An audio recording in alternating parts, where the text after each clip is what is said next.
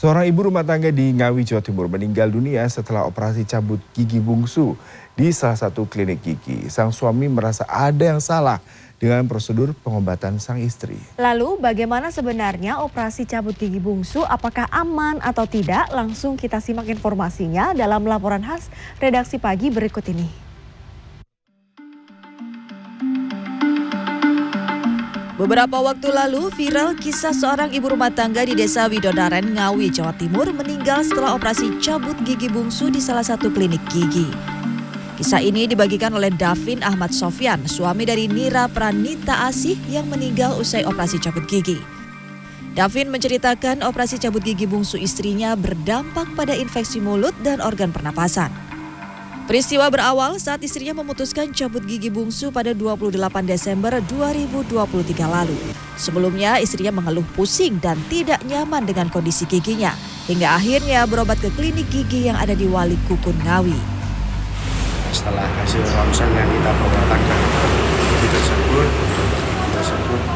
mengomongkan bahwasannya gigi ini harus dicabut, yang menimbulkan sakit kepala itu sendiri adalah gigi bungsu tersebut. 2 hari kemudian terjadi pembengkakan pada gusi Nira. Davin pun selanjutnya konsultasi ke Rumah Sakit Panti Waluyo Solo. Hasilnya selain pembengkakan juga terjadi peradangan. Kita tetap meminum obat yang dianjurkan oleh dokter tersebut. Yang dibawakan itu salah satunya amoxicillin yang diminum oleh istri saya. Kondisi Nira semakin parah. Terjadi pembengkakan di bagian leher hingga menyebabkan Nira tidak bisa berbicara. Tanggal 1 Januari kita pulang ke Ngawi dan akhirnya kita konsultan lagi ke dokter Nugroho. Ya disitulah dokter Nugroho mengasih tahu kami bahwasannya infeksi ini sudah menjalar kemana-mana. Sekarang harus kita opnam secepat mungkin untuk menolong pertama. Tindakan opname sudah dilakukan, namun infeksi menyebar cepat di tubuh Nira. Nira mengalami sesak nafas hingga akhirnya dilakukan operasi kembali, termasuk pengambilan cairan dari dampak infeksi tersebut. Bahkan jumlah cairan yang dikeluarkan mencapai 2 liter, termasuk dilakukan operasi toraks pada awal Februari.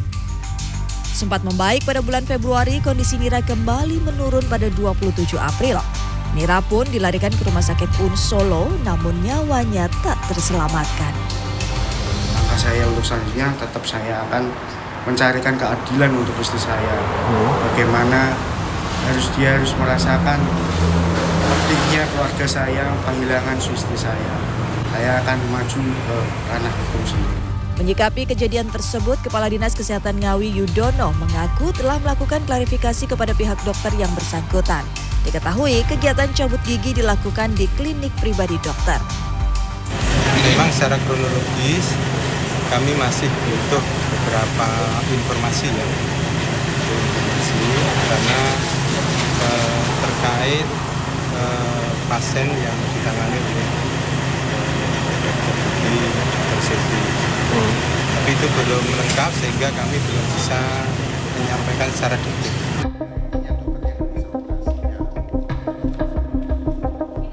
Gigi bungsu adalah gigi geraham terakhir yang tumbuhnya pada usia 17 hingga 25 tahun.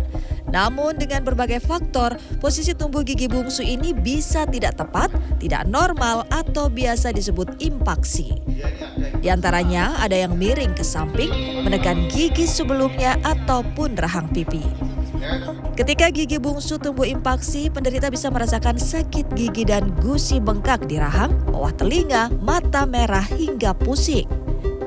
Ya, sakitnya tidak hanya sebatas dirasakan di sekitar gigi mulut saja, namun juga bisa ke bagian lainnya termasuk infeksi. Memeriksakan diri ke dokter gigi pun menjadi solusi utama. Berdasarkan hasil ronsen dan beberapa faktor lainnya, seperti ada tidaknya penyakit penyerta, dokter bisa menyarankan adanya operasi pengangkatan gigi bungsu atau biasa disebut cabut gigi bungsu. Resiko pencabutan gigi bungsu ya setiap tindakan pasti ada resiko. Resiko yang paling umum yaitu terjadi perdarahan pasca pembedahan, adanya pembengkakan yang normal pada odontektomi biasanya 3-5 hari terjadi pembengkakan. Itu hal yang wajar karena setiap trauma pembedahan pasti ada pembengkakan. Ya, cuma pengerjaannya ya tetap harus steril, harus bisa dibedakan itu pembengkakannya karena trauma pembedahan atau pembengkakan karena infeksi. Jadi ya penanganannya kan sangat berbeda. Kalau dengan infeksi tidak tertangani dengan baik, maka bisa terjadi komplikasi yang serius. Ada pembengkakan yang menjalar ke jaringan lunak sampai di bawah leher, bawah dagu ke leher, yang kalau dia cairan itu produksi infeksi toksinnya itu meluas dengan cepat, bisa menyebabkan penyumbatan di saluran nafas. Ya, selain kurang sterilnya peralatan, adanya penyakit penyerta atau komorbid seperti diabetes bisa mengakibatkan komplikasi yang lain.